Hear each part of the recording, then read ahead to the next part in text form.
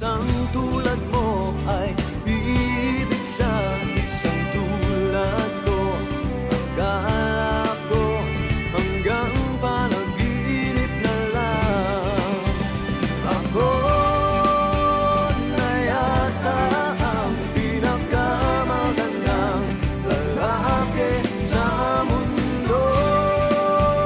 Sa piling mo, pagkasama kita, ang nadarama. Ako na yata ang pinakamagandang lalaki sa mundo. Yeah, yeah, yeah. Di malaman anong nakita mo sa akin. Di katangkadang at gwapo lamang sa dilim. Ngunit di ko